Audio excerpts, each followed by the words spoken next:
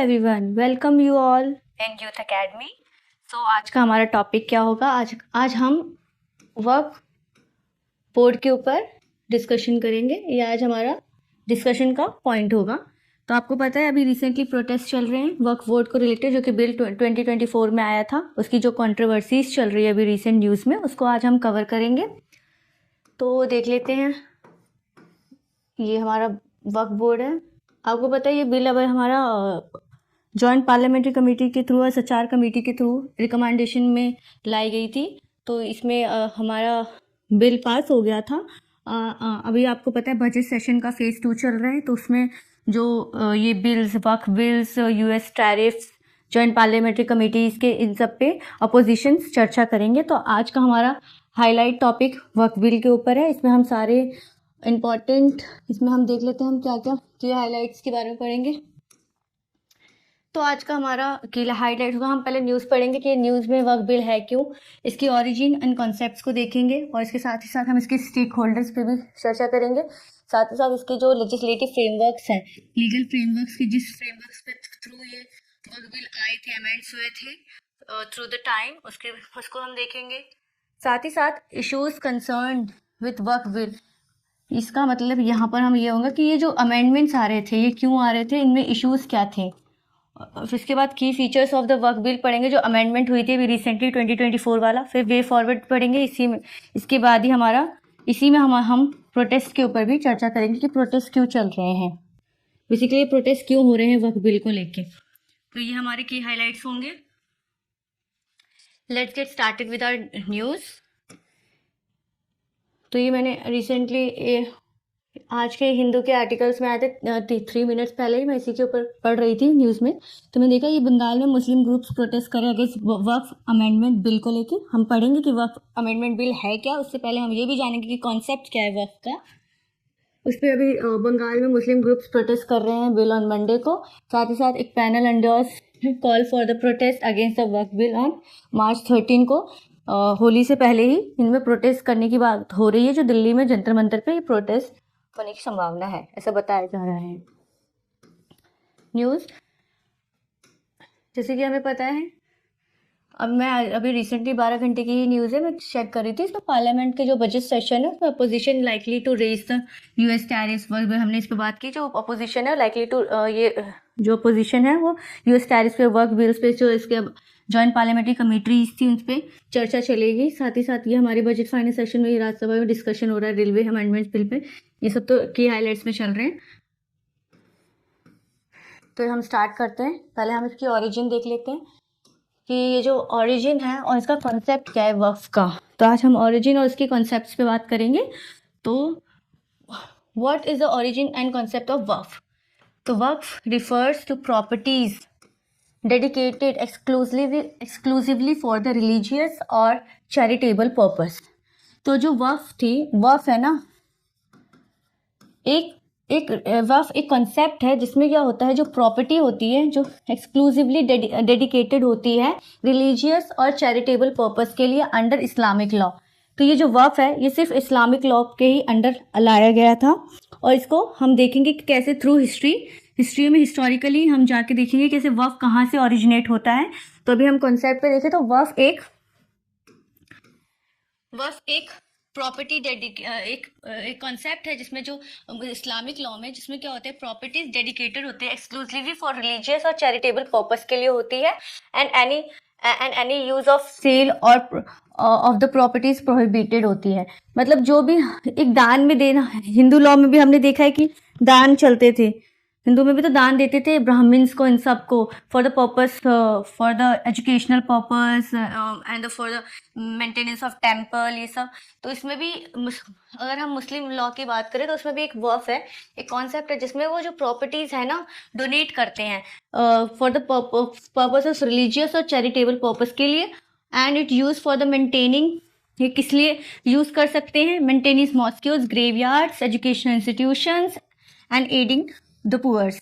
तो वक्फ का कॉन्सेप्ट समझ लिया। एक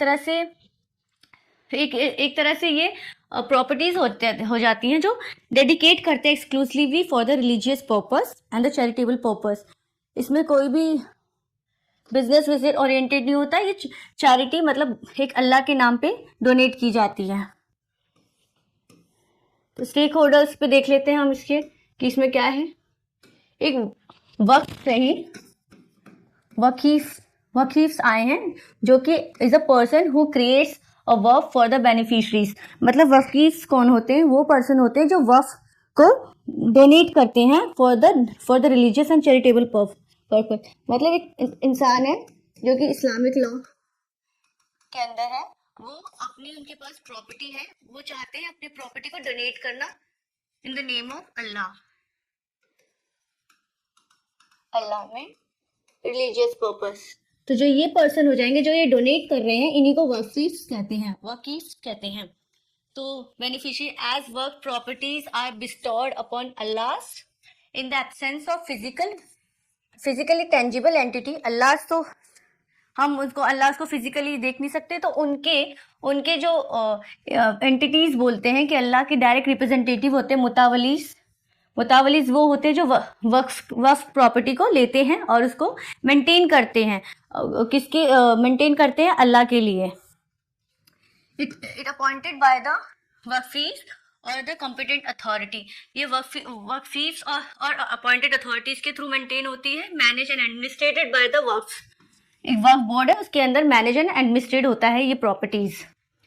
Once designated as the waqf, the ownership is transferred from the person making the waqf to Allah, making it irrevocable। ये आपको कॉन्सेप्ट समझना पड़ेगा। irrevocable, जो भी आपने एक बार अपनी प्रॉपर्टी को अल्लाह के नाम से डेडिकेट कर दिया, डोनेट कर दिया for the charitable and religious purpose, उसके बाद ये प्रॉपर्टी आप वापस नहीं ले सकते। एक बार डोनेट हो गई, वो इर्रिवोकेबल है, उसको वापस नहीं मांग सकते हैं। स्टेक होल्डर्स देख लिए, ओरिजिन देख लेते हैं, हमने कॉन्सेप्ट देख लिया वर्क का। In India the history of वर्क can be traced back to the early days of the Delhi सल्तनत।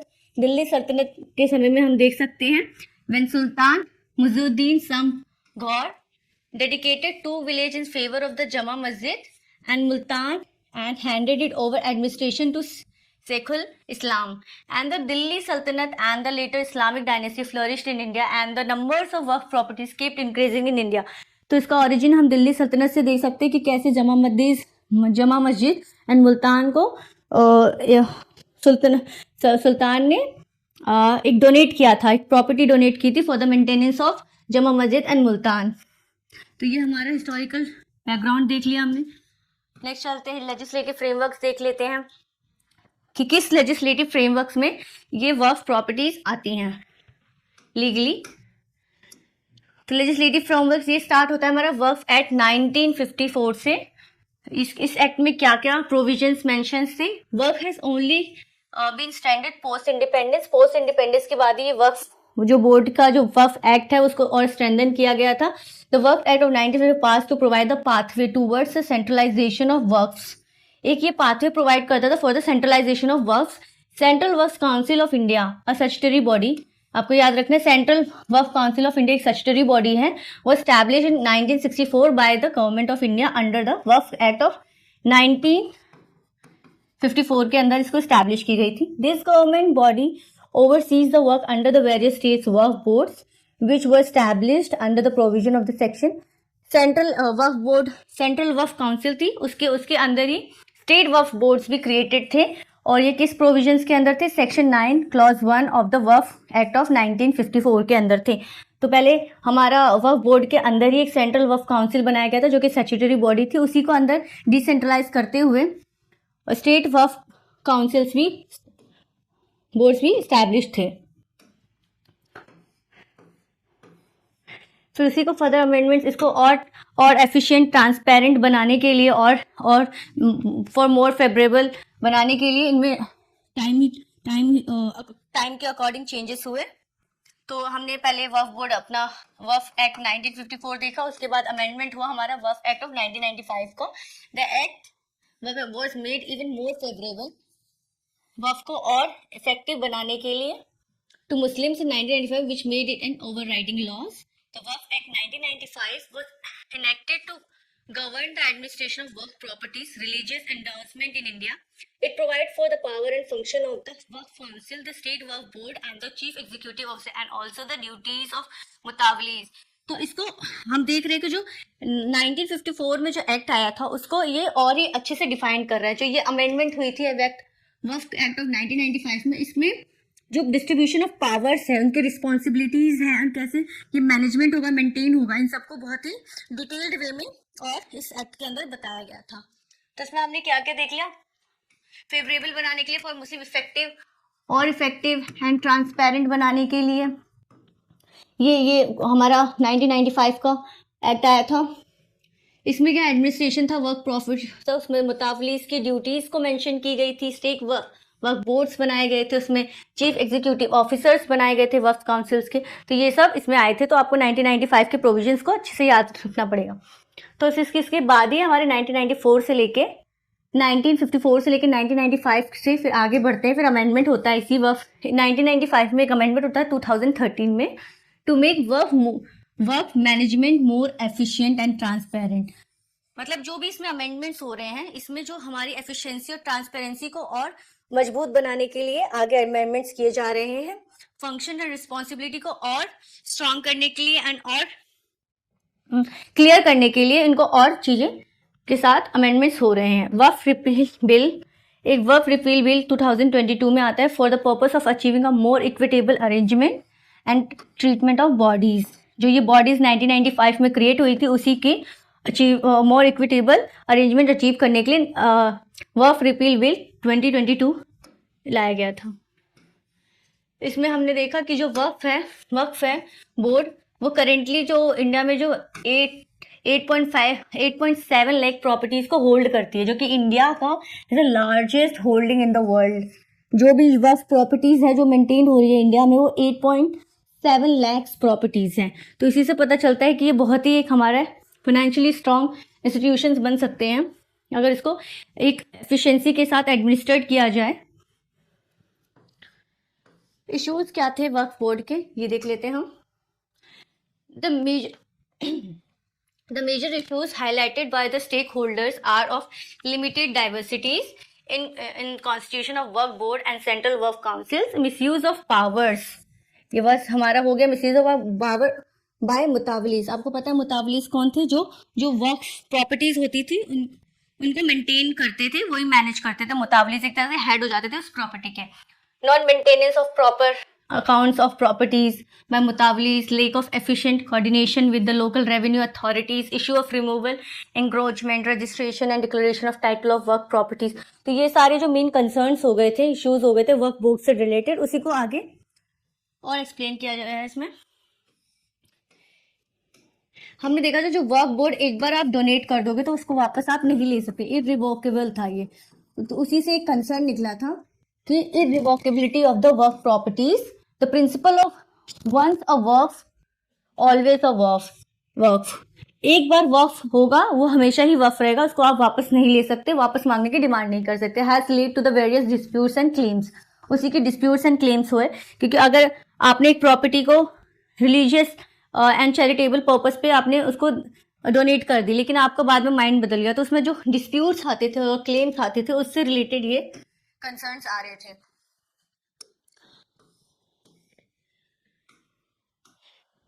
And the further disputes are legislation and mismanagement था, litigations and mismanagement. Work act 1995 हमने देखा, जिसमें ये वर्क एक्ट जो बहुत ही इंपॉर्टेंट है, इसमें फंक्शंस को और उनके मैनेजमेंट को और ही क्लियर एंड एफिशिएंट बनाया गया था. And its 2023 amendments have been criticized for inefficiency, leading to issues like encroachment, mismanagement, ownership disputes, and delay in registration and surveys. जो वर्क बोर्ड की जो सर्वेज होते थे उनके डिले में, मिसमैनेजमेंट में, उनके जो डिलेज रजिस्ट्रेशन होते थे उसमें भी मिसमैनेजमेंट देखा जा रहा था. No judicial oversight. No judicial oversight मतलब इसमें ट्रिब्यूनल्स जो सिविल कोर्ट्स होते हैं बेसिकली, उसके अंदर ये वर्क्स की जो भी डिस्प्यूट्स होती थी उसको देखा जाता था. और ये जो डिस्प्यूट्स है बाकी आगे इसको आप चैलेंज नहीं कर सकते थे. तो ये नॉन जुडिशियल ओवरसाइट्स हो गए थे. तो इसी को आगे फर्दर करके इसी को बाद में अमेंडमेंट्स में इसमें चेंज भी किए गए थे। अभी हम कंसर्न्स पढ़ रहे हैं। अनसेटिस्फैक्ट्री सर्वे ऑफ वर्क, इसमें जो सर्वेज ऑफ वर्क थे वो सेटिस्फाइड नहीं थे, वो एक रियल आउटपुट प्रोवाइड नहीं कर रहे थे। Not due to the experts, is due to the working conditions over here and the mismanagement of the registrations too. Misuse provisions, इसमें प्रोविजंस के मिसयूज किए जा रहे थे। कॉन्स्टिट्यूशनल वैलिडिटीज, ये सब इसमें कंसर्न्स थे। तो की features of the work amendment, अब हम वर्क अमेंडमेंट ये आए क्यों था, जो हमने देखा, जो हमने अभी तक 1954, 1995, 2013 एंड 2022 का पढ़ा। अभी हमने देखा की features of work amendment act, जो कि रिसेंटली 2022 में पास हुआ था। उसमें उसके की फीचर्स क्या थे, आप उस पर ध्यान देते हैं। रिनेमिंग ऑफ वर्क एक्ट 1995 को रिनेम किया गया। फॉर्मेशन ऑफ वर्क, इसमें फॉर्मेशन ऑफ वर्क में क्या था, 5 years of declare of work. जो वर्क है, आप उस वर्क की प्रॉपर्टी को तभी कर सकते हैं जब ये फॉलोइंग क्राइटेरियाज आप फुलफिल कर रहे हो। क्या क्या से फॉलोइंग क्राइटेरिया से 5 years में भी डिक्लेयर एज वर्क। जो वर्क आप प्रॉपर्टी प्रोवाइड करो वो 5 years डिक्लेयर होने चाहिए। It clarifies that the person must own the property being declared. It also added the वर्क allowed must not result in denial of inheritance right to the donors here, including women's here। ये सब इसमें provisions थे। Work board of, इसमें एक important provisions ये आया था, जो वर्क board of Bohra and Aga Khanis थी। ये कौन थे? The act allow the establishment separate वर्क board for Sunnis and Shias sects.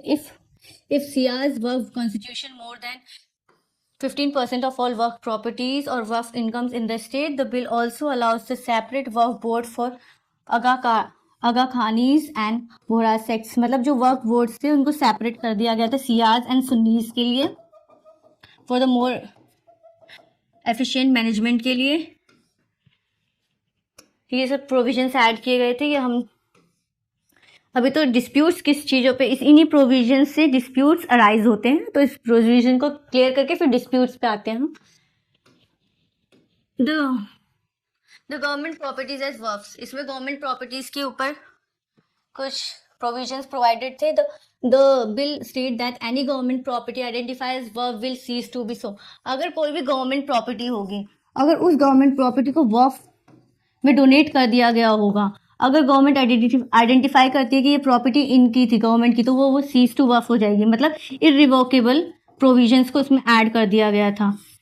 Irrevocable provision, पहले इररिवोकेबल प्रोविजंस नहीं थे। Once a work is always a work वाला अभी प्रोविजन सीखा था। लेकिन इसमें गवर्नमेंट ने क्या कर दिया 2024 के अमेंडमेंट में, कि गवर्नमेंट की प्रॉपर्टी होगी, अगर वो वर्क में डोनेट हो गई तो वो इसको इररिवोकेबल रिवोक करके वो रिवोक हो जाएगी, सीज टू बी अ वर्क। The collectors of the area will determine ownership in the case of uncertainties. अगर अनसर्टिनिटीज होगी, डिस्ट्रिक्ट कलेक्टर्स वहाँ के उस अनसर्टिनिटीज को क्लियर करेंगे ओनरशिप को लेके, and submit a report to the state government. It deemed as a government property, he will update the revenue records. Power to determine if a property is वर्क, जो वर्क की प्रॉपर्टीज है उसको पावर, जो मुतावली उसको पावर थी बेसिकली कि वर्क की प्रॉपर्टीज है कि नहीं, उसमें गवर्नमेंट का इंटरवेंशन हो जाते हैं, गवर्नमेंट का रोल आ जाता है उसमें। सर्वे ऑफ द वर्क, अब वर्क की सर्वेस एफिशिएंटली होंगे without mismanagement and misuse. Central work council, जो हमारे 1995 में हमने देखा था, जो 1954 में था, फिर उसके बाद हमने 1995 में देखा था कि मोर एफिशिएंट बनाने की कोशिश की गई थी, फंक्शंस को डिस्ट्रीब्यूट करने की कोशिश की गई थी। The following members must be Muslim, तो इसमें सेंट्रल वर्क काउंसिल में थे, उसमें चेंजेस किए गए कि जो उसकी कंपोजिशंस होगी काउंसिल की, ठीक, कैसे वो कंपोजिशंस वो सेंट्रल काउंसिल बनाएगी। तो फॉलोइंग कंपोजिशंस क्या थी ये? The representative of the Muslim organisation, तो इस वर्क सेंट्रल काउंसिल में रिप्रेजेंटेटिव्स होंगे मुस्लिम ऑर्गेनाइजेशंस के, स्कॉलर्स होंगे इस्लामिक लॉज के, चेयरपर्सन ऑफ द वर्क बोर्ड होंगे, और of the Muslims members 2 must be a women, तो इसमें वुमेन्स का इंक्लूजन्स कर दिया गया रिसेंट अमेंडमेंट में। अपील अगेंस्ट ट्रिब्यूनल डिसीजंस, ये हमारा डिसीजन था, हमने देखा था जुडिशियल ओवरसाइट नहीं था पहले, जो कि एक कंसर्न था पहले, जो कि जुडिशियल ट्रिब्यूनल्स के जो भी डिसीजंस होते थे उसको हायर कोर्ट में अपील नहीं कर सकते थे। अब यहाँ पर अपील अगेंस्ट ट्रिब्यूनल डिसीजंस हो गए, अब इनको आप हाई कोर्ट में, फिर हाई कोर्ट्स में आप अपील कर सकते हो, पिटिशंस लगा सकते हो अगेंस्ट द ट्रिब्यूनल डिसीजंस। ये प्रोविजंस आ गए। वाई पीपल आर प्रोटेस्टिंग, तो ये हमने सारे प्रोविजंस देख ली कि क्या क्या आए थे मोर ट्रांसपेरेंट बनाने की कोशिश। अब हम देखते हैं पीपल प्रोटेस्ट क्यों कर रहे हैं। इसके लिए रिसेंटली चल रहा है प्रोटेस्ट। तो पहला था reduce Muslim representation of governance. हमने देखा कि उसमें जो मुस्लिम का रिप्रेजेंटेशन था उनको डाइल्यूट कर दिया गया था।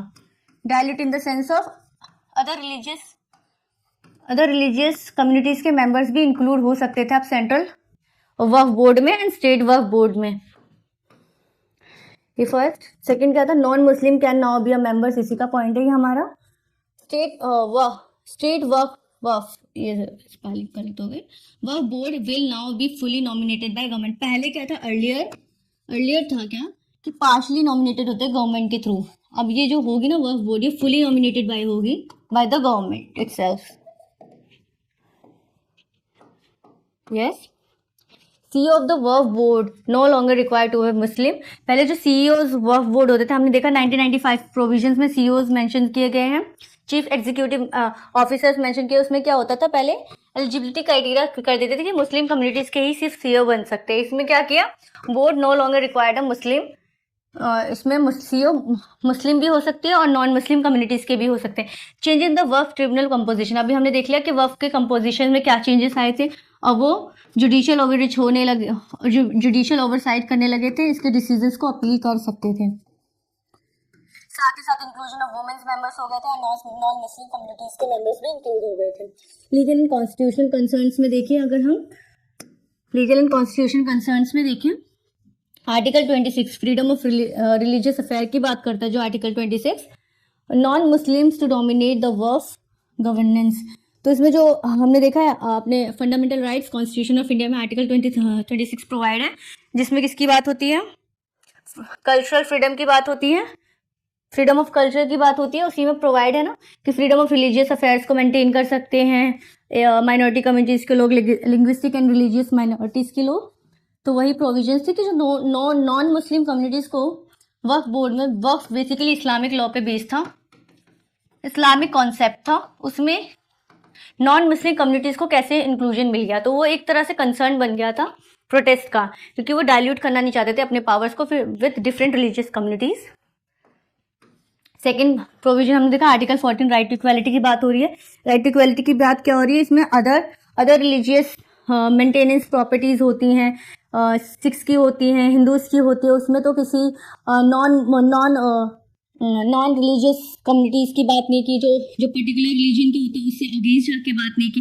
लेकिन इसमें एक राइट इक्वालिटी का ये वायलेशन हो रहा था उन प्रोटेस्टर के हिसाब से कि इसमें आप नॉन मुस्लिम कम्युनिटीज को कैसे प्रोविजंस दे रहे हो जिससे उनकी पावर डायल्यूट हो रही है और रिस्क बढ़ रही है उनके अकॉर्डिंग।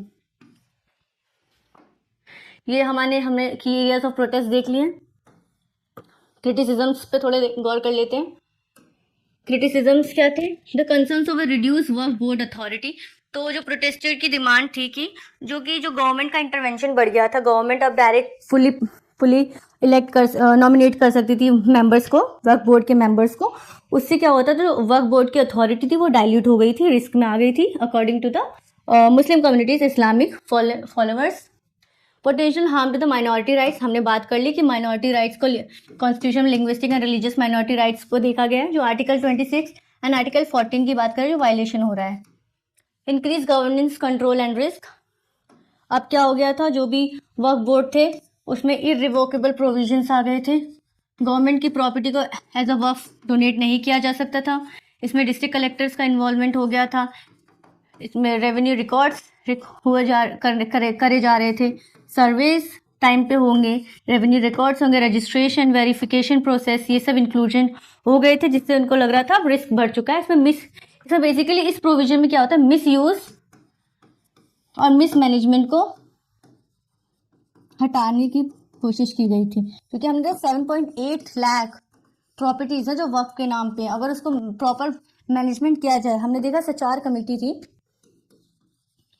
सचार की कमेटी जो उन्होंने रिकमेंडेशन दी थी 2006 में, उन्होंने कहा था कि जो इन वक्फ की प्रॉपर्टीज हैं उनको अगर करेक्टली मैनेज किया जाए तो वो एक एसेट बन सकते हैं इंडियन के फाइनेंस के लिए। तो ये सचार कमेटी का था। फिर जॉइंट पार्लियामेंट्री कमेटी ने भी प्रोविजंस प्रोवाइड की थी 2008 में, ये हमने देखा। तो उस रिकमेंडेशन के अनुसार सचार एंड जॉइंट पार्लियामेंट्री कमीशन की रिकमेंडेशन पे ही हमारे वक्फ बोर्ड बिल आया था 2024 में। तो इम्पैक्ट्स देख लेते हैं, इसके इम्पैक्ट्स क्या हुए।